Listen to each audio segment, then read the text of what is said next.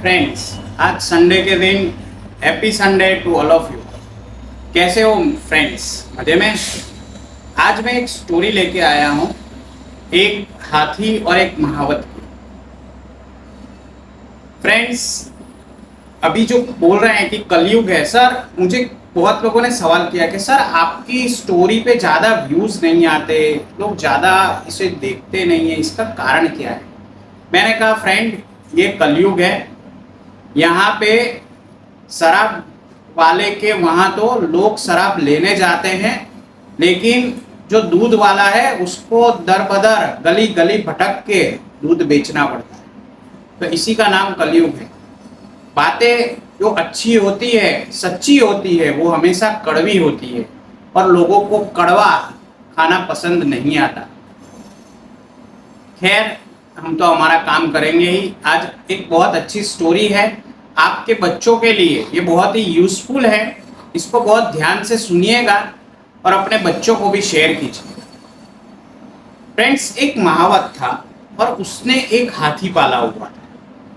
हाथी बहुत ही सुंदर था, हाइट, बॉडी मसल्स बहुत अच्छे थे उसके, और आज्ञाकारी भी बहुत था। महावत रोज उसे दोपहर के टाइम पे नगर यात्रा पर ले जाया करता, नगर यात्रा पर घुमाने के लिए ले जाया करता।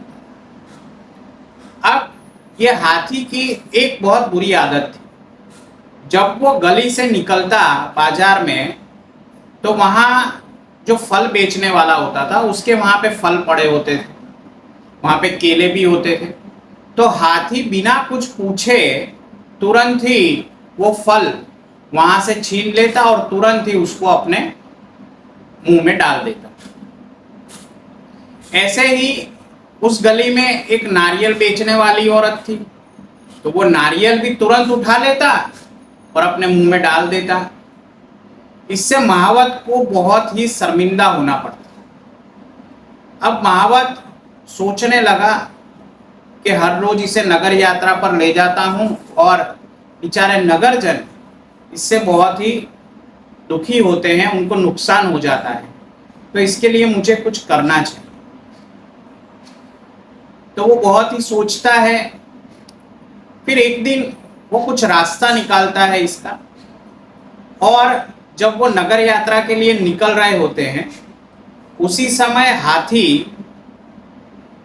को, जो महावत अपने पास जो छड़ी होती है, वो छड़ी हाथी को अपनी उसकी सूंड में दे देता है और बोलता है, ये लकड़ी तुम पकड़ के रखो, मैं तुम्हारे ऊपर बैठूंगा लेकिन मैं हाथ से लकड़ी नहीं पकड़ूंगा। हाथी अपना सिर हिला देता है कि हाँ ठीक है, आप जो बोल रहे हैं उसी तरह करूंगा। अब हाथी नगर यात्रा पर निकलता है। अब वो फल वाले के वहां पर पहुंचता है तो देखता है कि बहुत सारे फल होते हैं, केले तो उसका स्वादिष्ट भोजन है, लेकिन हाथ में छड़ी होने के, वो सूंड में उसके पास छड़ी होती है, तो वो सूंड में से छड़ी को कैसे छोड़े? तो वो वहां से फल वाले के आगे से बिना फल लिए ही निकल जाता है। उसी तरह वह नारियल वाली के पास पहुंचता है, तो वहां पर भी अब हाथ में उसके सूंड में तो छड़ी है, तो नारियल कैसे लेगा? तो नारियल भी नहीं ले पाता और ऐसे ही नगर घूमते घूमते सीधा घर की ओर चले जाता है।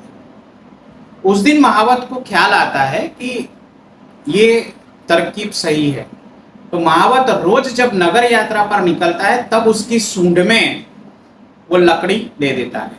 अब वो लकड़ी दे देने से वो हाथी बाजार में से किसी के फल नहीं चुरा पाता, किसी का नारियल नहीं चुरा पाता।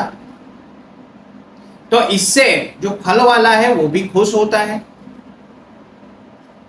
और फल वाला खुश होकर कुछ स्वेच्छा से कुछ फल महावत को देता है और महावत उसे घर ले जाता है। उसी तरह नारियल वाली स्वेच्छा से खुश होकर कि भाई चलो हमारा नुकसान नहीं किया इसने, तो ये फल ले जाओ और इसको घर पे खिला देना।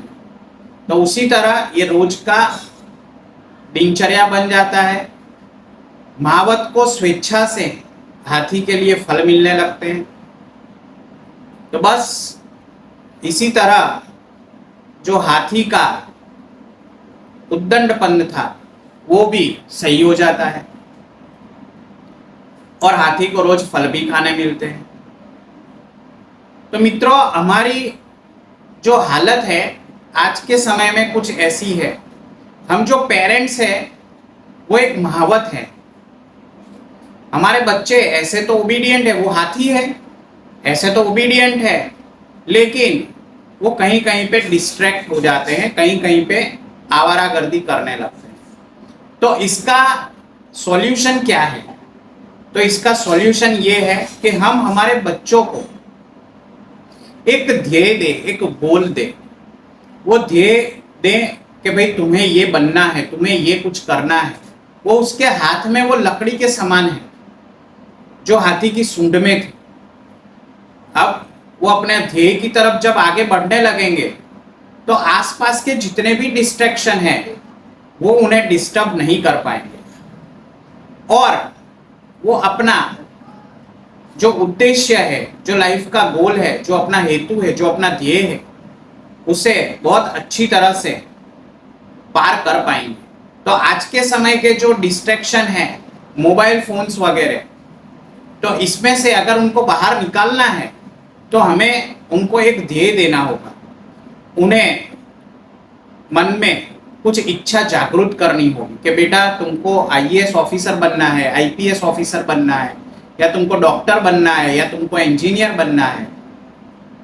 इस तरह का गोल, हेतु, ध्येय आपको देना पड़ेगा। तो फ्रेंड्स, आज की कहानी से हमें यही बोधपाठ मिलता है कि हमें हमारे बच्चों को एक गोल, हेतु, ध्येय देना बहुत ही आवश्यक है। वरना तो आज का जो डिस्ट्रैक्शन वाला जो युग है उसमें हमारे बच्चे कहीं खो जाएंगे। ऐसे भले ही ओबीडियंट है, लेकिन वो अपना उद्देश्य, ध्येय प्राप्त नहीं कर पाएंगे और अपना टाइम मोबाइल जैसी चीज़ों में वेस्ट करते रहेंगे।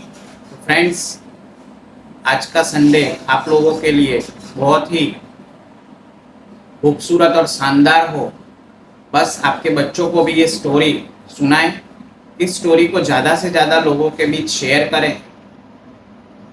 हमारी इस स्टोरी से अगर कोई एक आदमी भी बोधपाठ ले लेता है और वो बच्चे को गोल या हेतु या ध्येय दे देता है और उसका बच्चा सही रास्ते पर चलने लगता है, बस मेरी ये स्टोरी बनाने का मकसद है वो पूरा हो जाएगा। आप लोगों का बहुत बहुत आभार मित्रों। आप लोग जो शेयर कर रहे हो, लाइक कर रहे हो, मुझे बहुत ही अच्छा लग रहा है। मुझ में भी मोटिवेशन मिल रहा है और हर संडे की तरह मैं स्टोरी बनाता रहूँगा और आप ये स्टोरी अपने बच्चों को सुनाते रहें। Thank you very much friends. नमस्ते।